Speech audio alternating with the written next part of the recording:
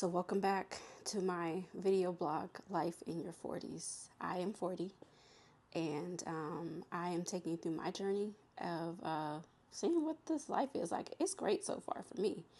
But today what I wanted to talk about a little bit more is, and this is what a lot of my channel may end up being about as I learn more and I educate people more about it, but I want to talk to mainly women about menopause.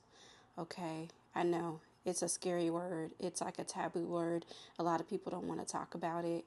They don't want to act like it exists, but it does. And any woman, any person who is born with ovaries is going to go through it no matter what. Okay, now I'm not going to go into genders and all that stuff, but if you're born with ovaries, you're going to go through it no matter what. Now, some go through it faster than others. Some it takes a little bit longer to get to the end stages post menopause. And I'll break down like what each stage is as we go further. But I just wanted to mainly encourage you all not to be afraid of it. Women can start to go through perimenopause as early as like age 35, even some earlier than that. And so that's when there'll be shifts and changes to the body, but you won't necessarily like relate it to menopause because some of them are more minor than others. And so, like I said, I'll go through the definitions of everything in future videos, but I just want you to not be afraid of it. It's happening no matter what. My assumption for myself is that I'm in some stages of perimenopause, but I honestly don't know. But I've just seen some shifts in my body and my hormones, in my sleep patterns, different things like that, to what makes me believe that I am in perimenopause. But how long I'll be in this phase, I don't know, we'll see. So in the midst of like my learning, I am doing some more personal education for it, like real education. But I also picked up a book and I wanted to share it with you all. See if you can see it. So it's called Next Level, and it's by Stacy Sims. She's a great resource for menopause. Like, it looks like she's kind of dedicated her life's work to helping women, but especially those in those menopausal stages. And so even if you're in your 30s, ladies, I would encourage you to start to learn more about menopause, perimenopause, because there may be things that you're going through that, like, if you ever need to go to the doctor, you can better articulate it if you have a little bit of the language and the knowledge to tell people, to tell your doctor or whatever, hey, this is what I'm going through, even friends and family. Because there's a lot of shifts and changes, and sometimes you may think that you're going crazy or something, and you're not. It's just your body is changing, and that's okay. It's gonna happen. Like I said, there's no running away from it. Just like women have periods. There's no running away from the end and the loss of that period, which is considered menopause. So be okay with it. Be encouraged. Don't feel bad that your body is changing and that even some things you can't like quite, put your finger on it, or like if you've been in routines and things are shifting, it's okay. It's just your body. Our bodies are wonderful. They're wonderful. As women, they can do so many things. We can birth babies. I have not personally birthed a baby, but there's so many things that we can do. There's so many things we're capable of, and I feel like in so many ways, like even some of the pain and things that we experience, we learn how to push past it to be even better and even greater. So yeah, I just wanted to come on here and let you all know that this is something that I will be talking about on my channel more often, because I realize as I'm in this phase of like trying to figure out what's happening, there's not a lot of resources out there. And so I'm going to be a resource, especially to Black women.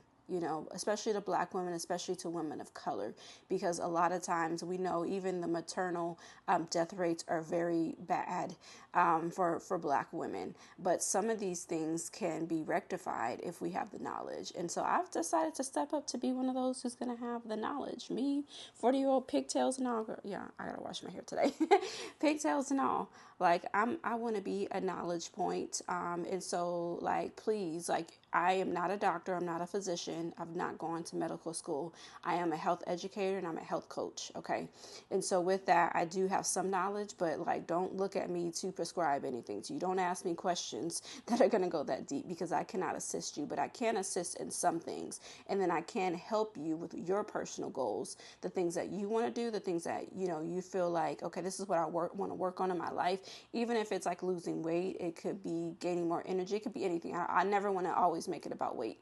I've always had an affinity to fitness. I am a personal trainer as well. I don't really do it as much right now, but I am a certified personal trainer. And so I may be able to help with that. And in the future, I may kind of dip my toes back into that. But right now, I feel led to help coach women in general on just their bodies and their life and how to be the best at it.